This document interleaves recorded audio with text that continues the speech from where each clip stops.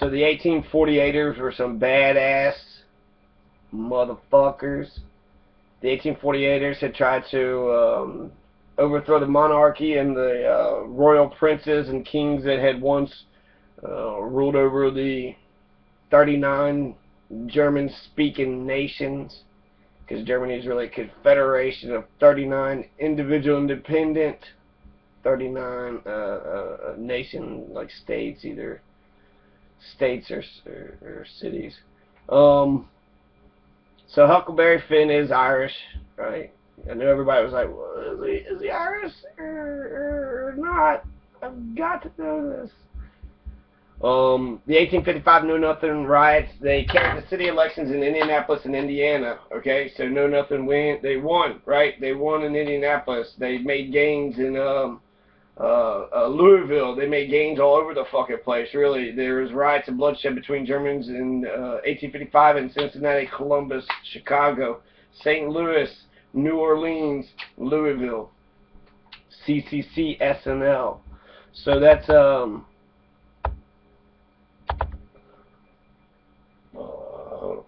Columbus riots, Chicago riots, St. Louis, New Orleans, 1855 Know Nothing riots of 1855, Louisville, 1856 Know Nothing riot, Baltimore, Maryland, the Plug Uglies, the central figures in the first election riot in Baltimore, October 1855, the Plug Uglies, together with the Rip Rags. So fucking Plug Uglies, fucking Rip Rags, the Plug Uglies, they're just basically, you know, fucking assholes, and the Rip Rags are just fucking dickheads. Alright, so the Plug Uglies, I'm going to get a better definition here. The Plug Uglies, they are, you have the official home of the Plug Uglies, so they're still around New York City, Trendy, the public house. No way. They're like the fucking goons for the fucking Know Nothings. They're a street gang, sometimes referred to as a political club, operating in the West End of Baltimore, Maryland, 1854 to 1860. So the Plug Uglies is the Know Nothings, man. They're the fucking Confederates going around and instituting their own type of justice. A fucking gang, that's all they were, a fucking violent street gang. And that's a lot of fucking people in power. Get in there and then just become a fucking thug. The Plug Uglies coalesced shortly after the creation of the Mount Vernon Hook and Ladder Company, volunteer fire company, whose truck house was on Biddle Street between Pennsylvania Avenue and Ross Street, later Druid Hill. Druid Hill, is that a derogatory name for the Druids, right, for the fucking Irish? Like, that's mean. The gang associated the emerging Know Nothings in Baltimore, together with the Rip Raps. So what are the Rip Raps? Are they also a street gang, a political club?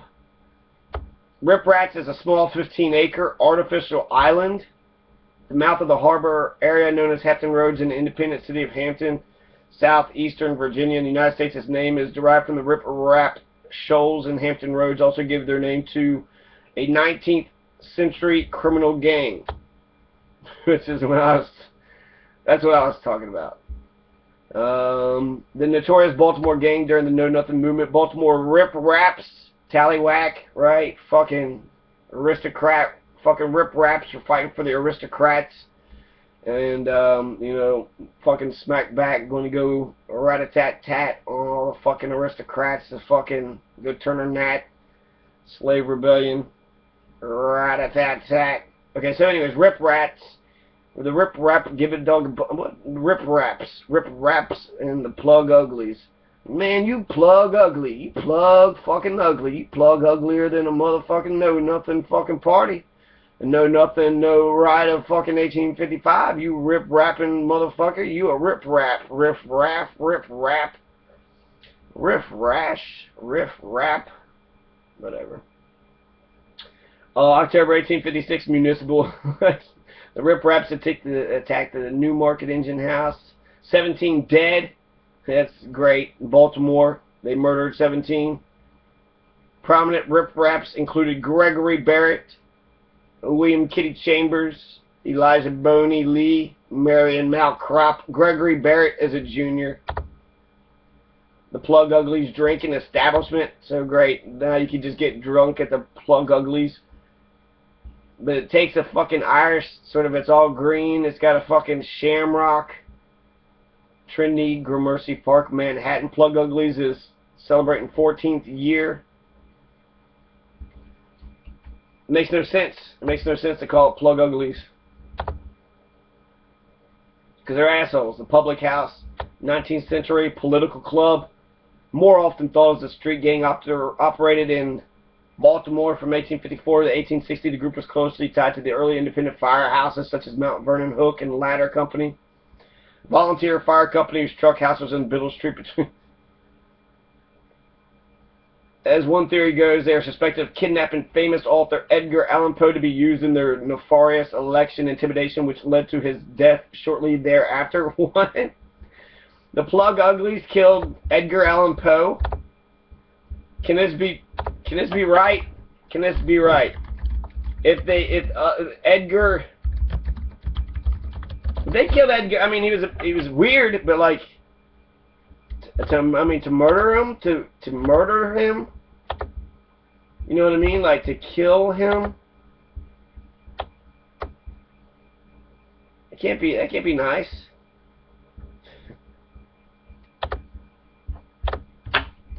Okay, so actually I do want to get through my written text.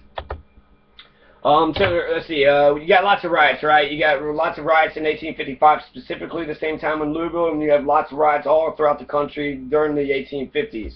Washington, D.C. in 1857, the Plug Uglies were there. Rip Raps, Schiffler Fire Company. So fucking firemen, fire truckers, right? So that's the Irish get in the fucking. I mean, it's all political. It's all government jobs, right? It's all about jobs and money and influence and patronage and who's got the fucking.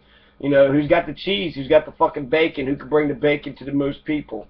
At the Washington riot, the National Guard called out the call to fighting.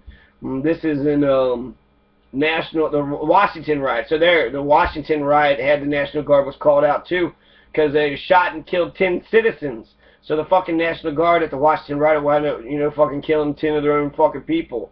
And I think they went around showing like their injuries and shit. Like, look, we didn't mean to kill everybody, but like they shot at us.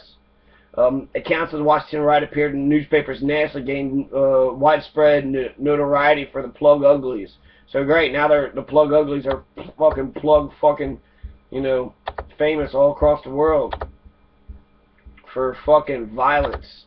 For violence, you know what I mean? So 1855 Know Nothing riots everywhere. The Philadelphia in 1857, so that's where the first one, you know, it happened. That's the Plug Uglies too, the Rip Raps. So that's the 1844, that was the Bible riots. 1858 Know Nothing riot in New Orleans, Louisiana. 1858, right? So 1854 St. Louis Know Nothing riots. Mark Twain was there. August 7th, he talked about it. He said something about, hey, the Know Nothing organ. He only made like one sentence. He only like recognized that it existed. He said a new Catholic paper, bad luck to it, is soon to be established for the purpose of keeping the Know Nothing organ straight. So they're saying the Know Nothings are not, you know, telling the truth, and so there's a new Catholic paper, and he wants it to go down. Bad luck to it. Soon to be established, but he wants to keep the Know Nothing organ straight. So it's a non-biased. He doesn't care for the Catholics, right? So he says bad luck to the Catholic paper on its own accord. But he's not necessarily saying anything about the Know Nothing organ, because it says to keep them straight. So it's saying that maybe, you know, they're human. They could err in their judgments or policies. So I'm going to have to look up the Plug Uglies and Edgar Allan Poe and kind of search through it, because I'm not going to just sit here and read. So that's Mark Twain. Mark Twain, he comes across the Know Nothings, right? So he sees them, and he was actually anti-Irish, you know, he was always questioning sort of, you know, all things religious. But he also just really noticed there was a lot of foreign people there. So he said almost one-to-one there was foreigners, and then sort of made fun of the Irish a little bit.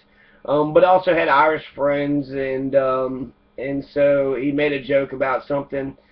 He put this in, so see, they don't drink it, sir. They can't drink it, sir. Give an Irishman lager for a month and he's a dead man. Irishman is lined with copper and the beer corrodes it, but whiskey polishes the copper and is the saving of him, sir. So something about whiskey makes an Irishman better than beer, which I don't know what that really means. Huckleberry Finn is an Irishman, so therefore if he was anti-Irish, he wound up being writing the All-American novel. So don't fret if you're like, hey, fucking Huckleberry Finn and his anti-fucking Irish ways. No, he didn't hate the Irish. He loved the Irish, Huckleberry Finn. The father, though, they said is a stereotypical sort of Irish drunk. He was a domestic violence, fucking always beating up his wife, beating up his kids, drunk, lazy, didn't do shit, fucking lied around the house, did nothing, was just a violent waste of fucking, just a loser, just a fucking shell of a fucking human being. But some people say that's white trash. Some people say that it was making fun of the Irish. It was a stereotype of the Irish.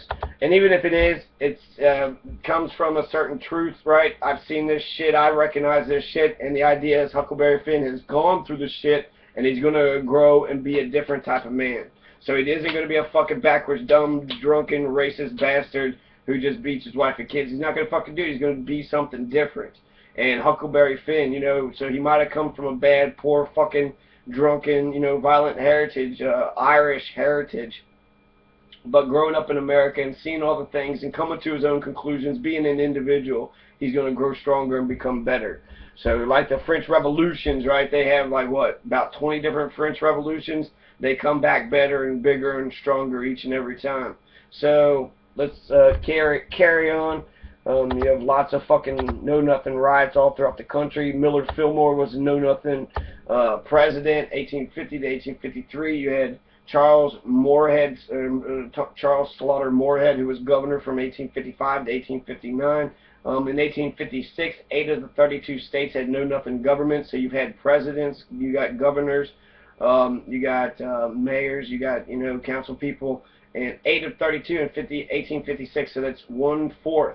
Right, 25% of all the state governments had know-nothing governors, including Kentucky, and then he goes from 1855 to 1859. 2 years later, you got the fucking Civil War. So basically, the know-nothing movement gets all this fucking power, and the Civil War destroys it. You don't see shit from the fucking, but you see the Confederates, right? So this slavery issue forced the Whigs and the know-nothings who couldn't decide on the slavery issue to pick a fucking side. And I guarantee, I don't know, Democrats are pretty fucking racist. So I can't really say that the Whigs and the, because you had old fucking Rough and Ready, right?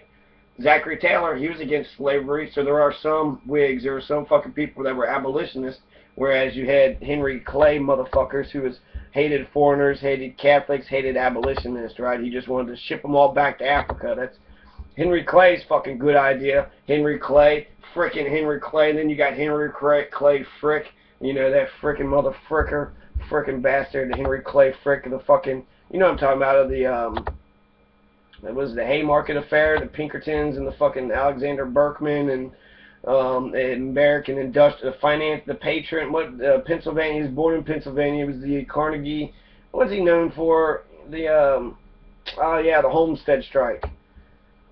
Fucking frickin' motherfuckers with the frickin' the Homestead Strike. And he did not do the Homestead Strike very well. No, he did not. So I think the Civil War is what fucking killed the movement, and basically they just turned into Confederates. Most of them probably did, and then the ones who were like, well, shit, fuck, I was wrong about slavery, I was wrong. The white Anglo-Saxon Protestants, it does define who the real white people are, right? So the real white people are these fucking English-speaking Protestants. They think they fucking own, America and the world, and it's all for them.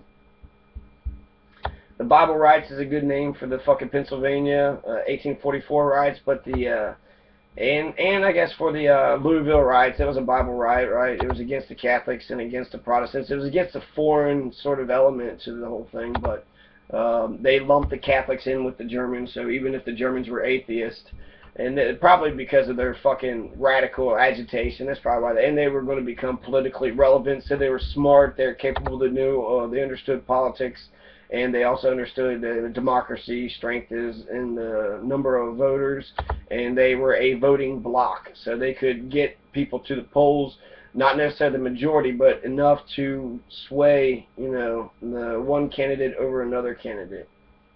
So Huckleberry Finn, Nativists, Catholics, the 1848ers, they had a Declaration of Rights of the German people. So they weren't like the French Declaration of Rights of Man and Citizen or the American Declaration to the world. The German Declaration was only to the German people. But the 1848ers are some badass motherfuckers. The 48 revolutions. Check it out. Germany.